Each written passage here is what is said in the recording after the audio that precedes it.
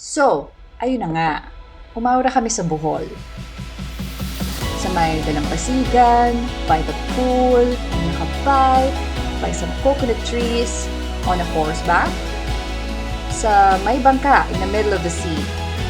I went to a cave swarming with gazillion bats, a dragon fruit farm, kayaked on a river between mangrove forests, snorkeled and witnessed the underwater wonders of the Bolanan seas. Bohol's sheer beauty is captivating, a premier travel destination. But as the ambassador for gender equality, I wanted to get more from this trip. I wanted to know, is Bohol an ally to women and the LGBT community?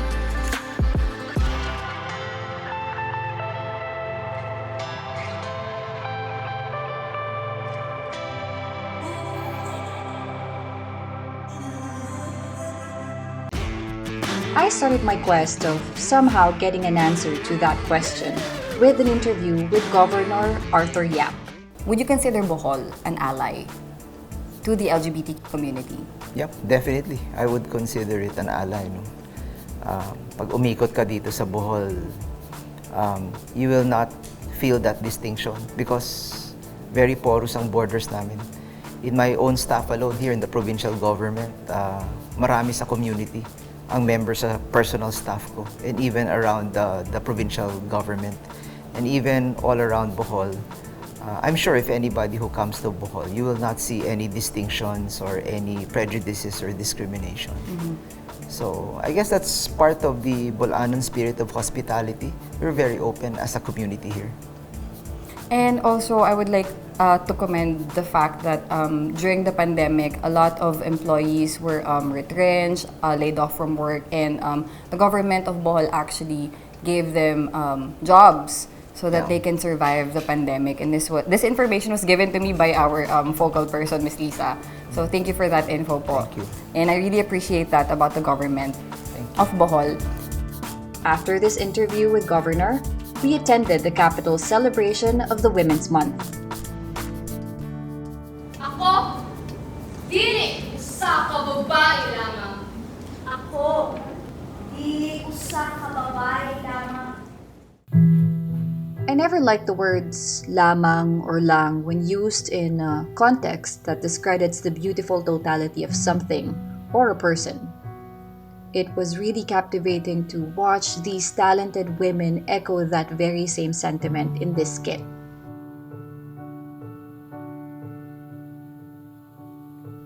I was honored to be invited to this celebration because I got to be in the same room with intelligent women who take pride in what they do, who have incredible passion for their craft, duty, and profession. Billy and I came from the aviation industry. And it is dominated by kanang male na arena siya. No? Before, the flight deck was once called cockpit, right, Billy? Cockpit. Masabot man siguro ninyo nga nung cockpit. Because they thought only male pilots has the ability to do such difficult job. No?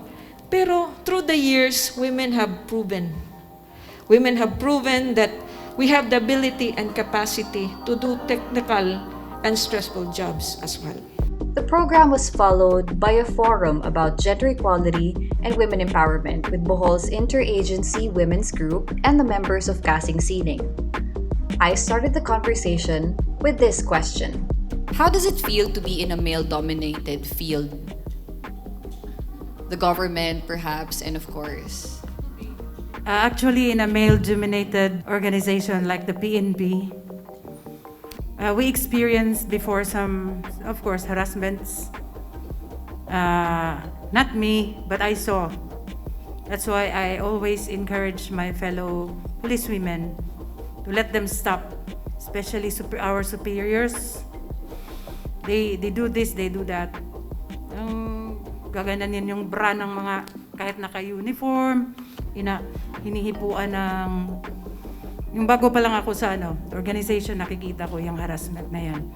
Because before I was assigned at Aviation Security Group, 10 years akong WCPD, PNCO at Bohol Police Provincial Office. So, nakikita ko lahat ang mga medyo hindi maganda. And it was my advocacy to let them stop because pangit tingnan dinidesecrate yung uniform namin.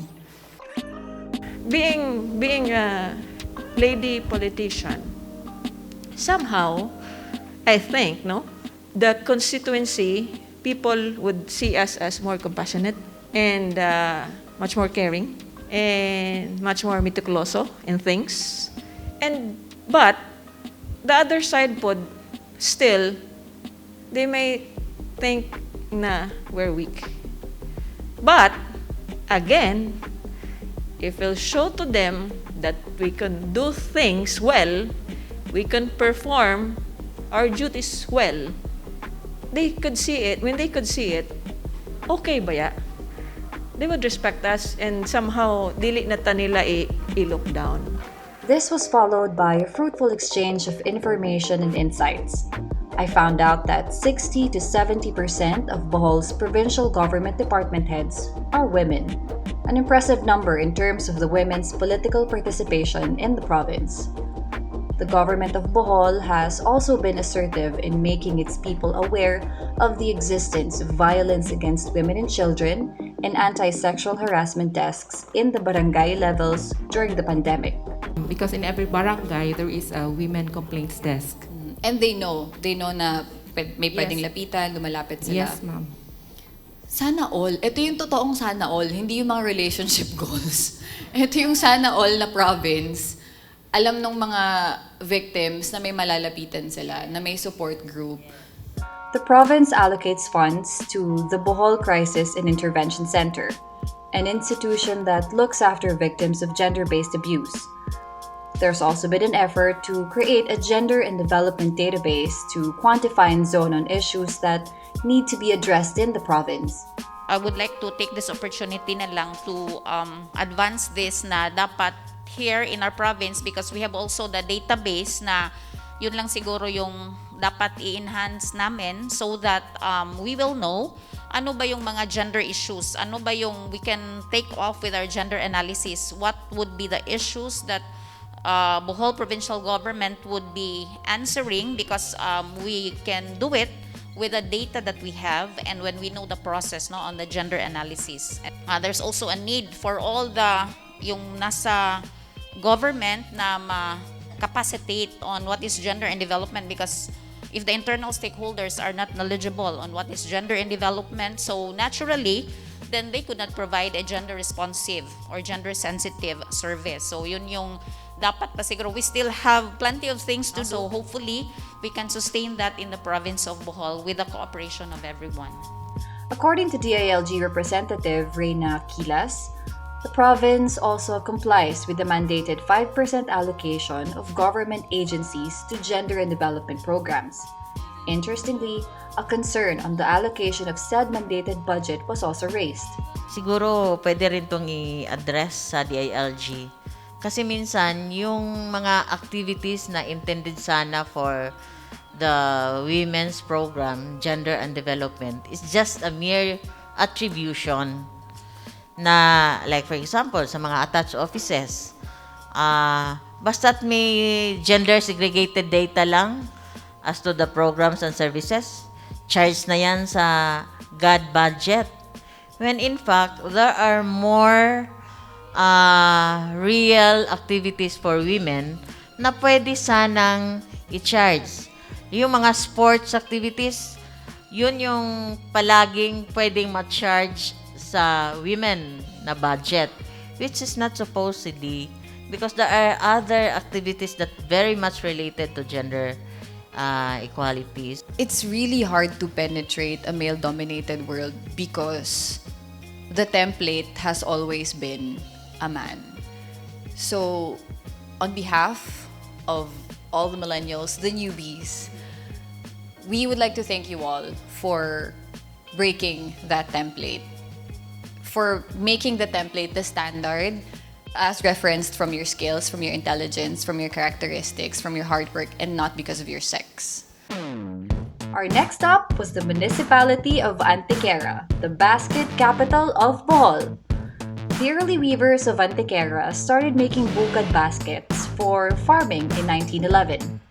By early 60s, Antequera weavers expanded their portfolio and saw an improvement in their production. Eventually, this became a growing industry, and these Bolanon baskets and crafts became one of Bohol's exports, a true Bolanon pride. And Billy, being Billy, of course, I had to try making one.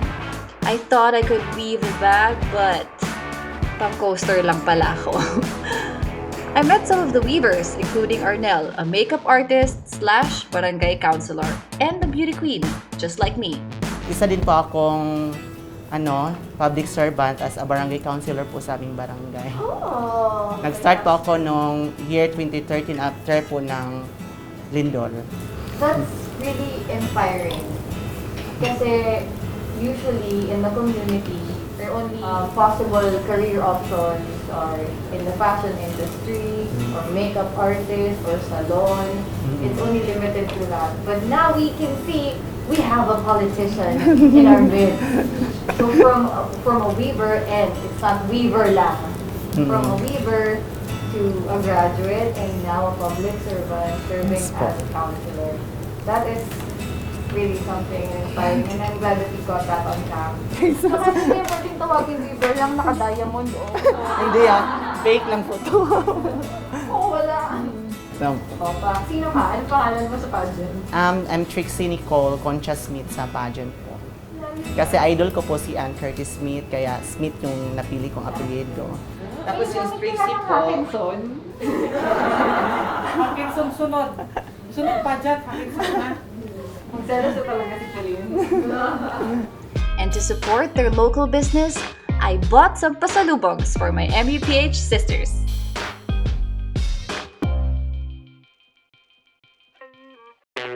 On to the next destination. Edith Garden and Adventure Park is one of the must-see places in Baclayan, Bohol. Ang lakas makatelenovela ng ganap namin dito actually. So, pasok Bilita, ang mayamang hasyendera na may sariling dragon fruit farm at bougainvillea garden. And of course, the leading man. Pero legit, parang ang saya maging kontrabida in a telenovela. Anong ginawa ko sa'yo? Galit siya eh. But yeah, pasado na ba ako? Anyway, back to being Billy. I really love the merienda they served us here, and especially the dragon fruit shake. It was really, really superb. But on a more serious note, we also explored the Cancaramo Cave. Aside from the impressive rock formations and gazillion bats inside, what struck me the most is the great spiritual presence inside the cave. There are a number of religious statues inside, including an altar for Immaculate Conception, Baclayon's patron saint. May mga offerings din. Daming religious na pupunta dito. Well, Bohol is a very religious province. Sobra. Kaya medyo kinabahan ako na mag-discuss about gender equality dito. Kasi sobrang religious ng mga tao. How does the province take LGBTQ community? Like, how do they receive LGBTQ community here? Ay, yung parang sa generation ngayon, open na talaga sa LGBT dito sa Bohol. As in yung, hindi tulad ng dati, di ba, yung discrimination, yung mga ganun. Ngayon, tanggap na talaga ng tao dito. So, personally kayo, you never felt discriminated or... That's good, that's good. Your coming out experience, how was it? Medyo nakakatakot kasi yung negative na experience mo sa yung pagtanggap mo ng mga magulang mo, tapos yung point na parang gusto mo nang tapusin mo yung sarili mo, yung nandun ako sa part na yun eh, pero dinaan ko lang talaga sa dasal, yun lang talaga. So, dun papasok yung pagiging religious mo. And I think that's also the sandalan of our brothers and sisters. Kaya hindi nila pwedeng sabihin na, or well, actually, it's still up to their opinion, pero the fact that they're using the Bible against us is not applicable actually because even us are very faithful, very religious. Ikaw, Del, anong experience mo with that? Yung coming out ko, sa pilitan yun eh. Sa pilitan yun, takot ako. Inamin ko na sa papa ko, sa ate ko. Pero pinagdasal ko na lang talaga. Sabi ko, alam ko naman, Lord, tanggap mo ko eh. Tanggap ko sarili ko. Sa kanila na yun, kung tatanggapin nila ako, hindi. Tinanggap ako. Kaya yun, hindi naman ako masyado nahirapan lumabas. Pero how's your relationship with your family ngayon? Okay talaga. Kung they support sila, kung saan daw ako masaya, doon din sila. That's good. So I think we're part of the privileged or lucky ones who are easily accepted by our families. But unfortunately, that's not the case for everyone. So during the quarantine, the suicide rates for LGBTQ community, especially the younger generations, are spiking up kasi they're stuck in their homes, not being able to express or show who they really are. Finding a way out of a dark, treacherous cave with only a small light source is its own challenging journey. And to endure the ridicule and disrespect as you step out into the light is a whole nother feat. Some are luckier than the others to be accepted. Others turn to their fate. After that detour, we went to Abatan Main Village Center where I had a chance to talk to a group of queer Bolanons. I am a member of the community, but I still don't know So I don't want to be the ambassador for gender equality without actually knowing what I am going to be talking about. So in the past few meetings with Mel Habijan, with other groups in LGBTQ, it's going bad. It's going bad. Business-wise, okay lang. Kasi we find ways to survive. But we have our friends, our sisters, our family who are stuck at home, especially our closeted members, stuck at home, pretending, going through depression and anxiety, and suicide rates are spiking up. Apart from the rights that we're fighting for, we also want to ensure that everyone's well-being is taken care of. So I think that's the most important part. So how are you during the pandemic? Okay. Hi, my name is Rose. I'm a representative of LGBT, an LGBT group here in Tagbilaran. So what I can say is the first few months of lockdown, it has been hard for us, especially for the many LGBTs here in Tagbilaran and Bohol who are working as makeup artists, designers, because there were not that many events. The events were not, the big ones were not allowed, so there was no money. So money, all of a sudden having no income was really hard for many of us. So recently, businesses are starting to open up and we're starting to have small events. I think that we are okay. I'm speaking for myself and my friends who are also in the events industry. As for the people that I talked to this morning, they think that the province is gender equal. The discrimination, oppression, how is it? What is the situation in Bohol? Hearing it from the government saying that they're pro-gender equality, it's very good to hear that. However, the Bohol government or Bohol government cannot speak for each and every one of the people here in Bohol. So I think, personally, I think that it should start with the grassroots. So it should start maybe in school. So ang atong mga young generations, like atong mga grade 1 or the graders, should be educated kung how to live with the LGBT because it's been there.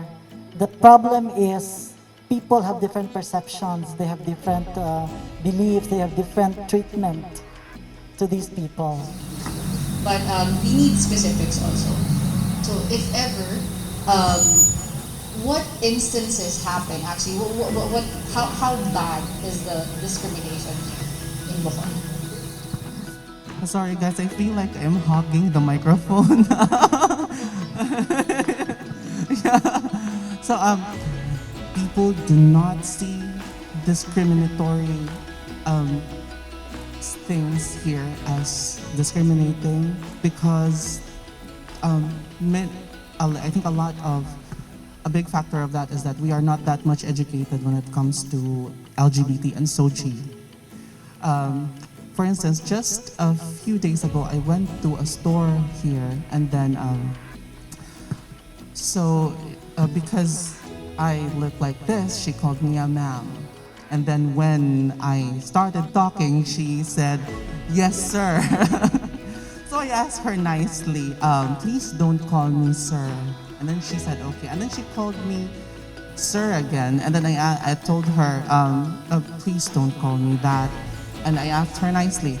And then she did not say anything after that. So she got pissed because I had to insist that.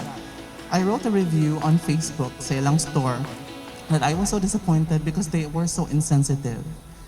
My point was, I know that we cannot force people to refer to us as sir or ma'am if they don't feel it, but it is okay to not say sir or ma'am.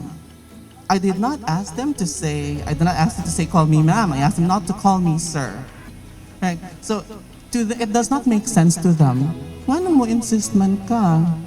But that's not what I believe in. Di ko mo support ano mo insist man ka. But your point as a customer is, I'm asking you to please at least respect it because I'm requesting it nicely.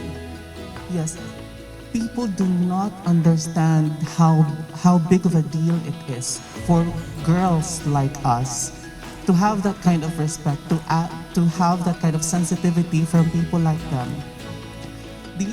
So I think that the reason why I'm pushing for SOGI, which is having an understanding of the difference between sexual orientation and gender identity and expression, this is something that a lot of not only the LGBT people need to know. I think a lot of the people, including the cisgender community and heterosexual community, need to know for them to see that we are so diverse. We don't have to disrespect each other. We can just live and coexist.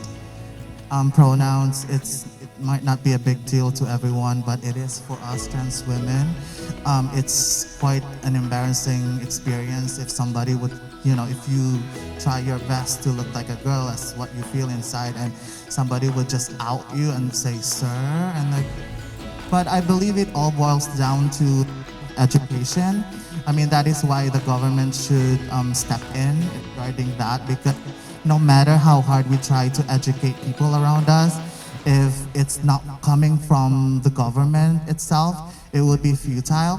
So yeah, we would be very appreciative if, people in your position, politicians and people, who are in the office to just push for that. I'm very happy that we have you, a very proud LGBT queen, because people listen to queens here. We look up to queens, and when you say something, people listen.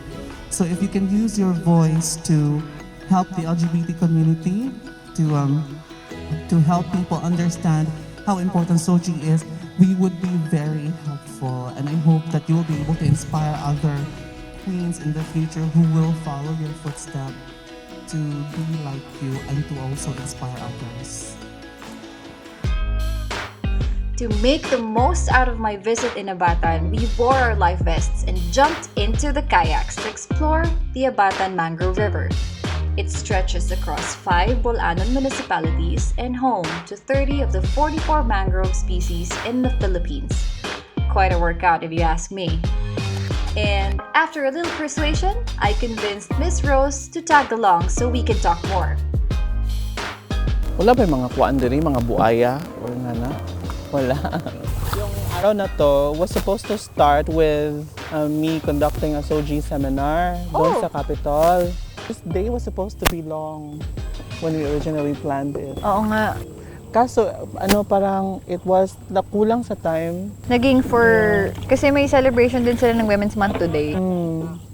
I think we really need that. Kasi maraming people, hindi nga nila alam kung ano ang bisexual. Pag sinabi mong bisexual, feeling nila lalaki na straight acting. That's what they think of bisexual. So yung closeted or paminta. Oh, yung paminta, yun yung bisexual sa kanila. And sabi ko sa kanila, you don't have to look like that to be bisexual. Yeah. What is important is you are attracted to both men and women. That makes you bisexual, regardless of what you look like.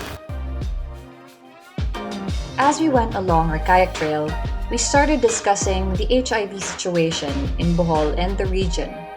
I pointed out the high cases in Cebu, and according to Rose, that can be attributed to the more extensive testing that Cebu has rolled out. During my interview with Governor Yap, I also asked him about Bohol's efforts on the issue of HIV. HIV is a totally different issue. Ano yan parang nagsa-side by side yan. There's always a seamy side to tourism. And since there is a seamy side to tourism, we cannot prevent such issues such as HIV and AIDS. No? And in fact, in the region, since we are a tourism magnet, we have registered our cases. We have registered cases of that. And in the region, medyo mataas. But of course, Cebu takes the cake because mas malaki ang population ng Cebu. But what we were doing before the pandemic was increasing the awareness and that you can get free testing. This is something that we were trying to push. But unfortunately, because of the pandemic, that became a second priority. But in a way, since 1.5 million tourist arrivals were also wiped out, then I think we were given a breathing space and a breathing spell. But we need to take up the initiative very soon because we don't really know the numbers anymore, no? Call it kind of anticlimactic, but I realized that I was too idealistic and that there is so much to be done. The question, is Bohol an ally to women in the LGBT community, is harder to answer than I thought. That's just something we couldn't do from such a short trip. But the sentiments, stories, and information I got from Governor Arthur Yap, the dynamic ladies of the Bohol Women's Interagency Group, and the driven members of the LGBT community that I had interacted with stand on their own. And we can learn from them. Women can be whoever they want. Acceptance and religious belief can exist mutually. I'm a Catholic and I take inspiration from what Pope Francis said when he said na, well, if there is a person who is a member of the community but is seeking God and has goodwill, who am I to judge? Kung yung Santo Papa, yun ang sinabi, di ba? Sino pa ako? I'm just a member of the flock. We are more than our gender and sexual orientation. Siguro sa mga kapatid natin na trying to grapple with accepting this because there's somebody like that in their family. What's more important is that they are productive members of our community and part of community building and nation building. Kesa straight tayo pero mali-mali naman yung our lives are led in a very destructive way. We're not just members of the LGBTQIA+ community. We are not just bisexual. We are not just lesbians. I am a beauty queen. I was a flight attendant. I have a double degree and I am bisexual. There's still so much to do to achieve a truly gender-equal society. But by sharing with you their stories, we have amplified their voices. And in Bohol, rest assured, we have allies.